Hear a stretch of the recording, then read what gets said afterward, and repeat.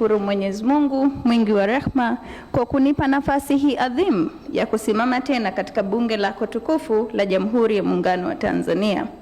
Mheshimiwa Mwenyekiti, nami vile vile nashukuru na ninapenda kwa kuanza kumshukuru Rais wangu kipenzi changu Mama Samia Suluhu Hassan kwa kuendelea kutunza hazina na chanzo kikuu cha utalii cha nchi yetu ambacho ni amani.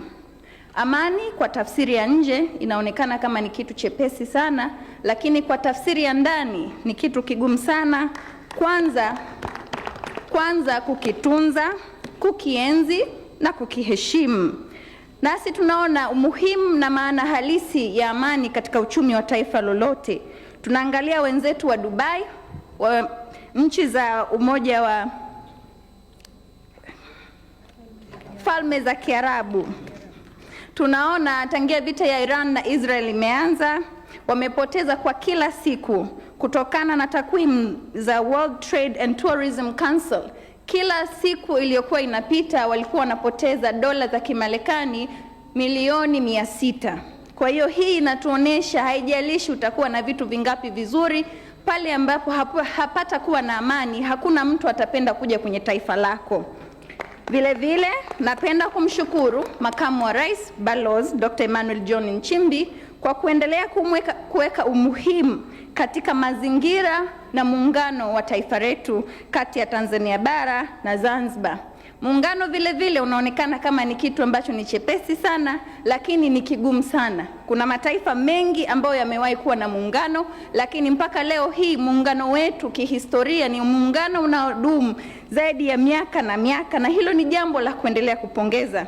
Vile vile mazingira yetu, tunaishi katika dunia yenye mabadiliko makubwa ya tabia nchi. Tunaishi kwenye dunia ambao kuna ukame, tunaishi kwenye dunia ambao hata wanyama tunaojaribu kuwalinda wana athari ya kupotea na kutoweka katika uso wa dunia pale ambapo athari za tabia nchi zitaendelea kuongezeka. Mheshimiwa Mwenyekiti, vile vile napenda kumpongeza Waziri Mkuu Dr. Mwigulu Lameck Nchemba kwa kuendelea kusikiliza kero za wananchi wa Tanzania, na kwa muktadha huu anaendelea kuleta taifa lenye umoja na ujumuishi, lakini zaidi anaendelea kuyaishi maono ya Rais wetu Dr. Samia Suluhu Hassan la kuleta tabasamu la furaha na utu katika nyuso ya kila Mtanzania. Vile vile napenda kumpongeza Waziri wa Utalii Dr. Asha Kijaji kwa matumizi mazuri ya TEHAMA na kuelewa kwamba dunia haipo pale ilipokuwa miaka iliyopita. Bila kuwekeza katika teknolojia, bila kuwekeza katika ubunifu wa kufanya mambo kwa utofauti, basi hatutoweza kusonga mbele. Mheshimiwa Mwenyekiti, ninaipongeza wizara nzima ya utalii kwa kuendelea kuweka vipaumbele muhimu katika kulitangaza taifa letu. Lakini vile vile kama nilivyogusia awali, tafsiri na baadhi ya vitu ambavyo vinaonekana si utalii lakini ni utalii katika taifa letu. La kwanza kabisa, taifa letu lina makabila 127, na hii ni kichocheo pekee cha kuleta watu kuwaonesha utamaduni wetu, asili yetu, na sisi wa Tanzania ni kina nani. Kuna nchi nyingi sana zina makabila mengine mawili, mengine matatu, lakini mpaka leo kuna vita na kuna genocide zinazoendelea, lakini sisi tuna makabila 127, na si vile tu ni nchi ambayo tupo kwenye muungano, na si vile tu ni nchi ambayo ina dini mbalimbali kwa Watanzania na watu wake. Ni muhimu sana kulifahamu hili, kwani kuna mataifa mengine yenye dini nyingi, ni ngumu sana kupata umoja na mshikamano. Mheshimiwa Mwenyekiti, ninapenda kwa kwanza kutafsiri nini maana ya utalii. Utalii ni kitendo, shughuli ya kusafiri kutoka sehemu moja hadi nyingine, nje au ndani ya nchi, kwa lengo la kujifunza, kupumzika, burudani au shughuli za biashara, bila nia ya kuhamia au kufanya kazi ya kudumu kwa eneo hilo. Mheshimiwa Mwenyekiti, nchi yetu ina UNESCO World Heritages 7 duniani, ambacho si kitu cha kawaida kukipata katika eneo moja. Lakini vile vile, Mheshimiwa Mwenyekiti, sisi tuna sehemu inaitwa Oldupai Gorge. Oldupai Gorge ni the cradle of humankind, ndio pale binadamu wa kwanza alipotokea. Vivyo hivyo ni muhimu sana kwa Watanzania wote kuelewa rasilimali za nchi yetu na ni maana gani hizi rasilimali zilizobeba kwa dunia. Sasa hivi tunaingia kwenye world of super intelligence, lakini there is no AI, hakuna AI wala super intelligence bila Tanzania. Kwa sababu Tanzania ndiyo nchi pekee inayoweza kuonesha uthibitisho wa binadamu kuanzia, mheshimiwa mmoja alisema, kuanzia Zinjanthropus, Homo erectus, Homo habilis, na hivi vyote ukitembea pale Ngorongoro kidogo tu unapata ushahidi. Mheshimiwa Mwenyekiti, mimi ninapenda kuhoji kwa wale wa Tanzania na watalii wanaoingia ndani ya nchi yetu. Je, tunafahamu wanatumia shingapi? Kwa sababu tunafahamu idadi ya watalii wanaoingia, tunafahamu idadi pengine kwa kiasi mapato ya ndani, hela ambazo wanachangia kwenye uchumi wetu katika kutoa na kulipia vitu. Lakini je, tumewahi kujihoji kwamba wale watalii wanaokuja wana disposable income kiasi gani? Yaani wana pesa kiasi gani ya akiba ambayo wangeweza kuwekeza kwenye nchi yetu? Na ninahoji hii kwa sababu ukiangalia wenzetu wa Dubai, hakuna cha ajabu walichokifanya duniani. Kwa sababu kipindi Dubai inajenga airport ya Dubai, walikuwa wametoka kwenye ukoloni. Wakaulizwa, "Nyewe mnajenga airport kubwa ambayo haijawahi kuonekana duniani, mnajenga ya nini?" Hakuna mtu atakuja. Wakakaa kimya. Dubai wakaanza ujenzi wa pili, wakajenga the Burj Al Khalifa. Wakawaambia, "Wewe nyewe mnajenga the largest and tallest building in the world. Ya nini? Mnapoteza pesa, nani atakuja?"